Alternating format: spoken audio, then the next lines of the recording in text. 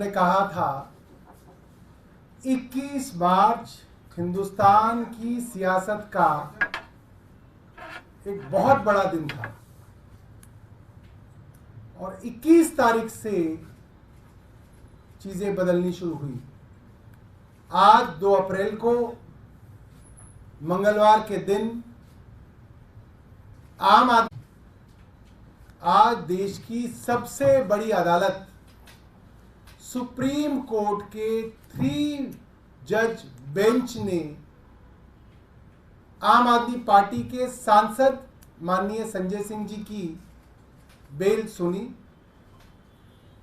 और खुद जज साहब उसके अंदर कुछ प्रश्न केंद्र सरकार से पूछ रहे थे, जिसके जवाब केंद्र सरकार ईडी के पास नहीं थे। कोर्ट के प्रश्न थे, आप कह रहे हैं कि दिनेश अरोड़ा ने इस दौरान जेल में बंद होने के बाद, जेल में रहते हुए, सरकारी गवाह बनने के बाद उसके 10 बार बयान लिए गए। 10 बार। उन 10 बयानों में संजय सिंह जी के बारे में कोई बात नहीं कही गई। 10 बार के बयानों में।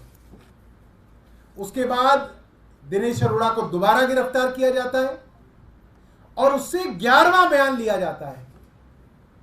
11वें बयान के अंदर वो एक बहुत ही गोलमोल सी बात कहता है कि मेरे एक आदमी ने संजय सिंह के एक आदमी को 1 करोड़ रुपए 2 बार दिए। सिर्फ ये बयान है। उसका जो आदमी है उसकी कोई गवाही नहीं, संजय सिंह जी का जो आदमी है उसकी कोई गवाही नहीं। 1 करोड़ रुपए कहाँ है किसी को कुछ पता नहीं, कहाँ पहुंचे कोई पता नहीं, रिकवरी हुई कोई नहीं हुई, अटैचमेंट हुई कोई नहीं हुई। सिर्फ एक आदमी का बयान, एक आदमी का बयान जो 10 बार बयान दे चुका है और संजय सिंह जी के बारे में कुछ नहीं कहता, उसके ऊपर दबाव डाल के 11वां बयान कर लो और आप राज्यसभा का वो सांसद उठा लो जो केंद्र सरकार से सवाल पूछता है एक आदमी के बयान पे। इसका जवाब केंद्र सरकार के पास नहीं था। सुप्रीम कोर्ट का दूसरा सवाल था, क्या कोई पैसा रिकवर हुआ है, क्या कोई पैसा अटैच किया गया है। जब कोई पैसा रिकवर ही नहीं हुआ, अटैच ही नहीं हुआ, तो पीएमएलए कैसे लगा है, इसका कोई जवाब ईडी के पास नहीं था, केंद्र सरकार के पास नहीं था।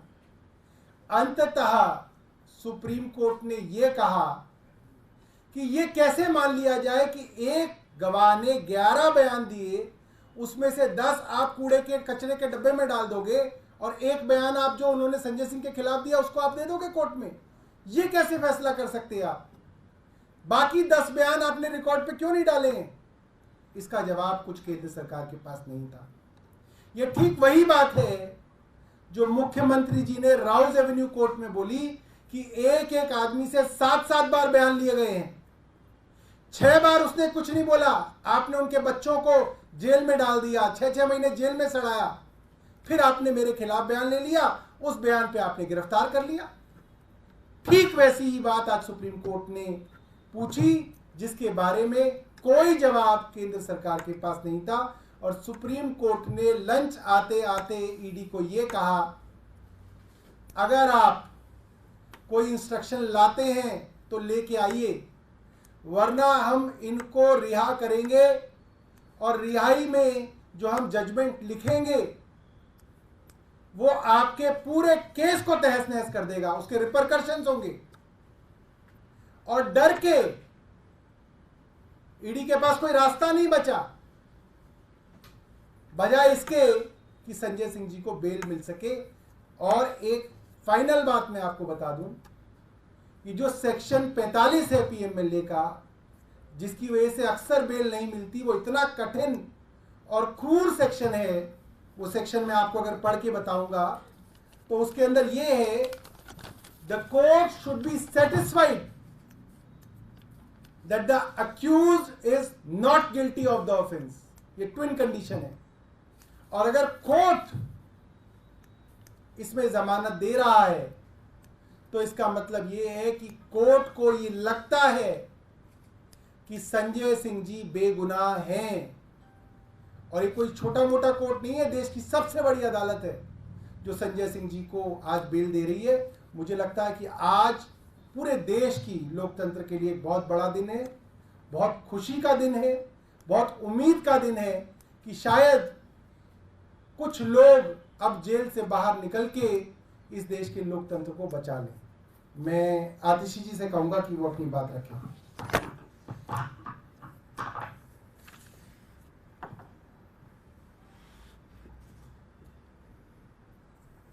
आज संजय सिंह जी की जमानत ने साबित कर दिया कि आखिरकार जीत सत्य की ही होती है। आप सत्य को दबा सकते हैं, लेकिन आप सत्य को मिटा नहीं सकते हैं। आज संजय सिंह जी की जमानत ने यह दिखा दिया। हमने देखा कि किस तरह से पिछले 2 साल से एक एक करके आम आदमी पार्टी के नेताओं को झूठे केसों में गिरफ्तार किया जा रहा था, फंसाया जा रहा था। पहले सत्येंद्र जैन जी को जेल में डाला, फिर मनीष सिसोदिया जी को जेल में डाला, फिर संजय सिंह जी को जेल में डाला, फिर अरविंद केजरीवाल जी को गिरफ्तार करके जेल में डाला। लेकिन आज संजय सिंह जी की जमानत ये बताती है कि आखिरकार जीत सत्य की ही होती है। आज संजय सिंह जी की कोर्ट प्रोसीडिंग्स में 2 महत्वपूर्ण बातें इस केस की पूरे देश के सामने आई हैं। सबसे पहला, जो सुप्रीम कोर्ट ने सवाल पूछा जिसका ईडी के पास कोई जवाब नहीं था कि मनी ट्रेल कहां है। आज इस इन्वेस्टिगेशन को होते हुए 2 साल हो गए। ईडी ने, सीबीआई ने 500 से ज्यादा अफसर लगाए इस केस की इन्वेस्टिगेशन में, लेकिन 2 साल में भी आम आदमी पार्टी के किसी नेता के पास 1 रुपया भी प्रोसीड्स ऑफ क्राइम का नहीं मिला। तो आज जब कोर्ट में पूछा गया कि पैसा कहां है, मनी ट्रेल कहां है, प्रोसीड्स ऑफ क्राइम कहां है, तो ईडी का कोई जवाब नहीं था इस सवाल को लेकर। दूसरी महत्वपूर्ण चीज, जो ईडी का सारा केस है जिसके तहत संजय सिंह जी को गिरफ्तार किया, मनीष सिसोदिया जी को गिरफ्तार किया, दिल्ली के मुख्यमंत्री अरविंद केजरीवाल जी को गिरफ्तार किया, सिर्फ और सिर्फ अप्रूवर्स के बयान के आधार पर है। ऐसे अप्रूवर्स जिन्होंने 1 बार, 2 बार, 3 बार, 4 बार पहले बयान दिए जिसमें आम आदमी पार्टी के किसी नेता के खिलाफ कोई एलिगेशन नहीं था, लेकिन उन पे दबाव बनाया गया, उनको धमकाया गया, उनको जेल में डाला गया जब तक उन्होंने आम आदमी पार्टी के नेताओं के खिलाफ गवाही नहीं दी। और जैसे ही वो आम आदमी पार्टी के नेताओं के खिलाफ गवाही देते हैं, गवाहियां बंद हो जाती हैं, स्टेटमेंट्स बंद हो जाते हैं, इन अप्रूवर्स को बेल मिल जाती है, जेल से बाहर आ जाते हैं। जैसे दिल्ली के मुख्यमंत्री अरविंद केजरीवाल जी ने राउज एवेन्यू कोर्ट में बताया था कि शरत रेड्डी, उसने 11 बयान दिए और दिल्ली के मुख्यमंत्री अरविंद केजरीवाल जी के खिलाफ कुछ नहीं बोला, लेकिन उस पर दबाव बनाते रहे, उसको महीनों तक जेल में रखा। जब आखिरकार टूट कर, हार कर उसने अरविंद केजरीवाल जी के खिलाफ बयान दे दिया तो उसको तुरंत बेल मिल गई। राघव मगुंटा रेड्डी, उसने 6 बयान दिए जिसमें उसने अरविंद केजरीवाल के खिलाफ कुछ नहीं बोला, लेकिन उसे गिरफ्तार किया, उसे 6 महीने जेल में रखा। जब वो टूट गया, उससे 7वां बयान अरविंद केजरीवाल के खिलाफ लिया, उसके बाद कोई बयान नहीं हुआ। उसके बाद राघव मगुंटा को बेल मिल गई। राघव मगुंटा के फादर मगुंटा श्रीनिवासलू रेड्डी, उन्होंने 2 बयान दिए जिसमें अरविंद केजरीवाल का नाम नहीं लिया, लेकिन जब 6 महीने तक बेटा जेल में रहा तो वो पिता उसके टूट गए और उन्होंने अरविंद केजरीवाल के खिलाफ बयान दे दिया। बेटे को बेल मिल गई, उसके बाद कोई बयान नहीं हुआ। उसी तरह से आज संजय सिंह जी के केस में दिनेश अरोड़ा के बयान के बारे में कई सवाल उठे। सुप्रीम कोर्ट ने भी ईडी से पूछा कि 10 बयान दिनेश अरोड़ा ने दिए जिसमें उसने संजय सिंह के खिलाफ कुछ नहीं बोला। फिर एक 11वां बयान हुआ जिसमें जब वो संजय सिंह के खिलाफ बयान देते हैं तो उसके बाद बयान होने बंद हो जाते हैं। तो आज सुप्रीम कोर्ट के सामने ईडी का पर्दाफाश हो गया जब उनसे पूछा गया कि पहले 10 बयान आपने सामने क्यों नहीं रखे। 11वें बयान में ऐसा क्या था कि आपने सिर्फ एक बयान मांगा, उसके बाद आपने बयान क्यों नहीं लिए। तो आज ये पूरे देश को पता चल गया कि ये तथाकथित शराब घोटाला सिर्फ और सिर्फ अप्रूवर्स के, सरकारी गवाहों के दबाव पूर्वक लिए गए झूठे बयानों के आधार पर खड़ा हुआ है। आज जो ईडी का पर्दाफाश हुआ है पूरे देश के सामने, अब हम ये उम्मीद करते हैं कि इस केस में जो एक मनी ट्रेल है उसको अब ईडी इन्वेस्टिगेट करेगी, उसकी जांच करेगी। जो शराब कारोबारी शरद चंद्र रेड्डी ने 55 करोड़ रुपया भारतीय जनता पार्टी को दिया, जो इस केस की इकलौती एस्टैब्लिश्ड मनी ट्रेल है, उसकी ईडी जांच करेगी। उस पे ईडी अपनी एफआईआर फाइल करेगी, भारतीय जनता पार्टी को आरोपी बनाएगी और भारतीय जनता पार्टी के राष्ट्रीय अध्यक्ष को गिरफ्तार करेगी और उनसे पूछताछ करेगी। क्योंकि मनी ट्रेल अगर इस पूरे केस में कोई है तो वो शराब कारोबारी शरद रेड्डी से भारतीय जनता पार्टी तक है। अब मैं माइक जैस्मिन जी को दूंगी कि वो अपनी बात रखें।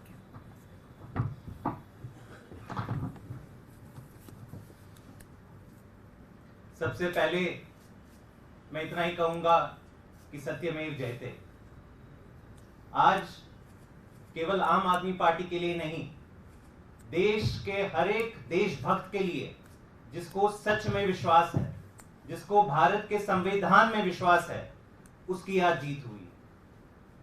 आम आदमी पार्टी के जितने तमाम नेताओं को इस फर्जी शराब घोटाले में कैद किया हुआ है, गिरफ्तार किया हुआ है, उनमें से आज हमारे सांसद संजय सिंह जी को सुप्रीम कोर्ट ने बेल ग्रांट करी है। और मैं इतना ही कहूंगा कि पिछले 2 सालों से जो भाजपा ने एक झूठों का पहाड़ बनाया हुआ था, हर तरह का प्रोपेगेंडा चलाया था कि बहुत बड़ा शराब घोटाला हो गया है और फला फला व्यक्ति ने फला फला कहा इसलिए बड़ा घोटाला हो गया है, उसका पर्दाफाश आज हुआ। मैं दावे के साथ कहता हूं कि दिल्ली का कथित शराब घोटाला इतिहास के पन्नों में दर्ज होगा कि कैसे एक इतनी शक्तिशाली पार्टी ने केंद्र सरकार के तमाम इंस्टीट्यूशंस, ईडी, सीबीआई, अपने तमाम सरकारी तंत्र को इस्तेमाल करते हुए एक छोटी सी पार्टी को क्रश करने की कैसे कोशिश की है। 2 साल से इन्वेस्टिगेशन चल रही है। 2 साल से हम पूछ रहे हैं कि अगर आप कह रहे हैं इतना बड़ा घोटाला हुआ है तो मनी ट्रेल कहां है? कोई जवाब नहीं है भाजपा के पास। अब तक कहते आ रहे थे कि नहीं मनी ट्रेल मिलेगी, लेकिन हमारे पास पुख्ता गवाहों के बयान है। तो मतलब गवाहों के बयान के आधार पर यह पूरा केस खड़ा किया था।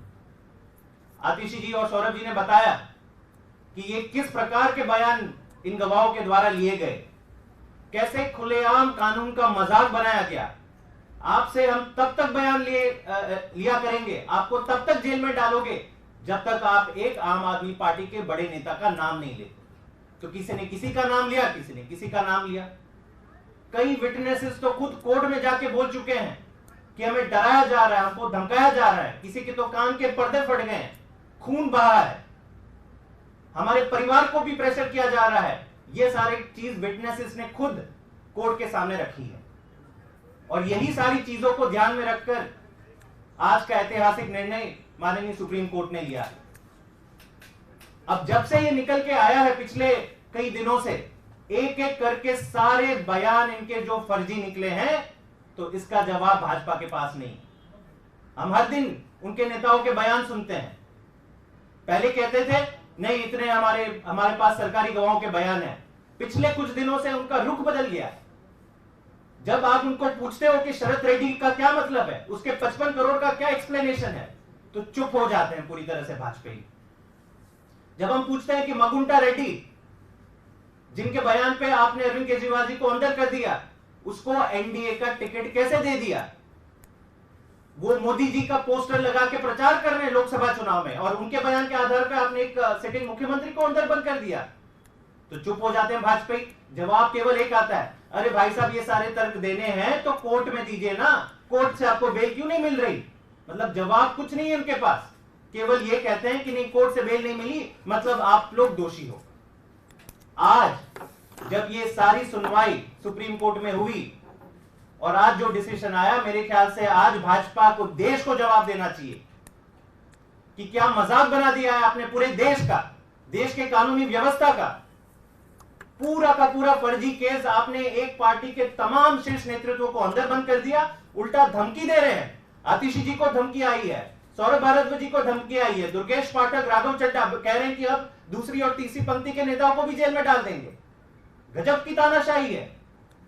मेरे ख्याल से आज देश की जनता, देश के हर एक देशभक्त को गर्व होना चाहिए कि भारत की कानून व्यवस्था और संविधान ने सच का साथ रखा है, और कुछ ही दिनों की बात है कि ये पूरा का पूरा जो मैं कह रहा हूं कि झूठों का पहाड़ बना है, वो पूरी तरह से बिखर जाएगा।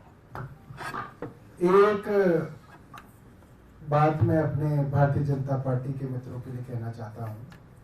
आप सब इस चीज को देखेंगे, इसलिए मैं आपको आगाह कर रहा हूं। अब तक भारतीय जनता पार्टी के लोग ये कहते थे बेल नहीं मिल रही, इसका मतलब जरूर कुछ किया वरना बेल मिल जाती, यही कह रहे थे ना। अब वो ये कहेंगे अरे बेल ही तो मिली है, इसका मतलब ये कोई ना कि कुछ नहीं किया है।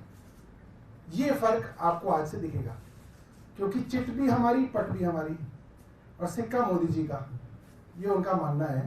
तो ये फर्क जो है आज आपको ट्विटर पे, व्हाट्सएप, फेसबुक पे दिखना लगेगा।